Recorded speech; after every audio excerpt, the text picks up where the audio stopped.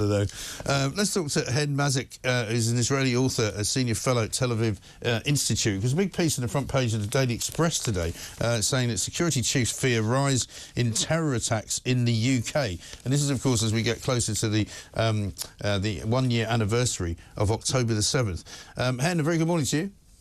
Good morning. Thanks very much for joining us. I mean, obviously, very difficult time to be in Israel right now, but there are some fears that the conflict could spread a little bit, maybe to parts of Western Europe over the course of the next few days and weeks.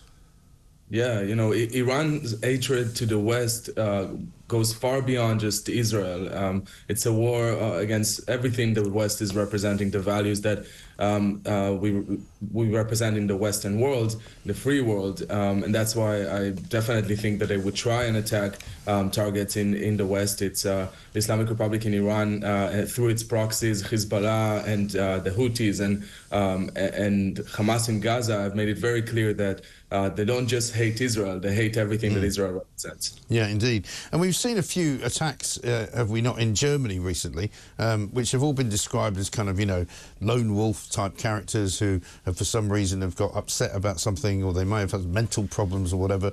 I've been quite surprised, actually, I don't know whether you have, that there hasn't been more attacks since October the 7th last year.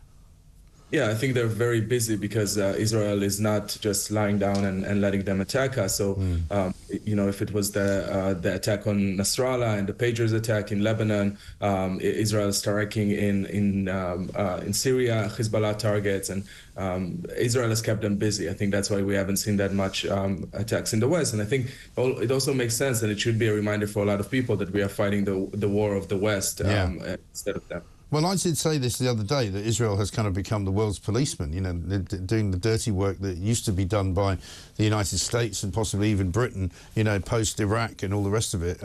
Israel seems to be fighting everybody on its own. And that's why it's so jarring to see people in the West, specifically in London, protesting against Israel, calling for a weapon embargo. What kind of weapon embargo? I mean, you want to take away our shield when we need to take away the swords from people that are enemies of the West. It doesn't make any sense to me. No, I absolutely agree with you. I mean, I was quite shocked, actually, the other night when Keir Starmer, the Prime Minister, came out and said, you know, after the attack from Iran, we stand full square behind Israel. And I was like, well, you say that, but the Foreign Secretary just pulled a load of licenses to actually sell, you know, components for weapons that Israel could use to protect themselves. So are you really standing full square, or are you just pretending? And for what? To appease some crazies that are protesting and get some likes on Twitter? Really, that's... to what end? I mean, Israel is the last front of the West in the Middle East. If Israel would fall, the West would fall. Everyone should recognize it. Are you hopeful, Hen, that this is the beginning of something, as it were? You know, that this incursion into Lebanon, the destruction of Hezbollah, the pretty much, I guess, destruction of Hamas, and whatever happens next in Iran, could this be the beginning of Israel just cementing their position in the Middle East and stopping all the violence?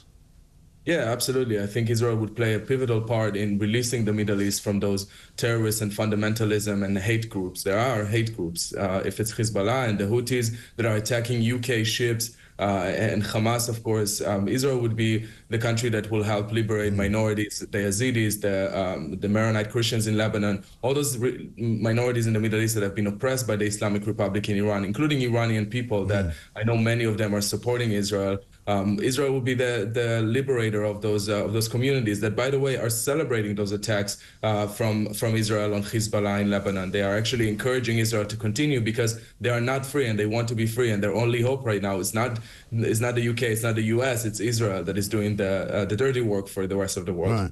And what do you think the next move is for Israel in terms of sort of retaliation for what Iran did the other day? Right, we heard some conversations from my conversations with top officials in Israel. They are looking at the nuclear facilities that Iran has been working on for decades now. They're also looking at some of the gas centers that Iran has that is part of what keeps the Islamic Republic in power, and they are considering which target to attack. I think it will happen in the next few days. I'm really hopeful that it will be the nuclear facilities because that would be be a blow for Iran that it would take a long time to recover from. And they invested so much time and money in it that it would be a very strong blow from Israel to them. Right. And what about Benjamin Netanyahu? Has his position been kind of strengthened because of what he's done over the last few days? Yeah, I think a lot of Israelis are having more faith in the government and in the army after those attacks. I think Netanyahu still has a lot of scrutiny from the Israeli public that are challenging him and critical of his actions in this year. But I think that the last few weeks have been very positive to increasing the morale in Israel, in the Israeli public. Good to talk to you, Hen. Thank you very much indeed. Hen Mazzig, the Israeli author, senior fellow at Tel Aviv Institute.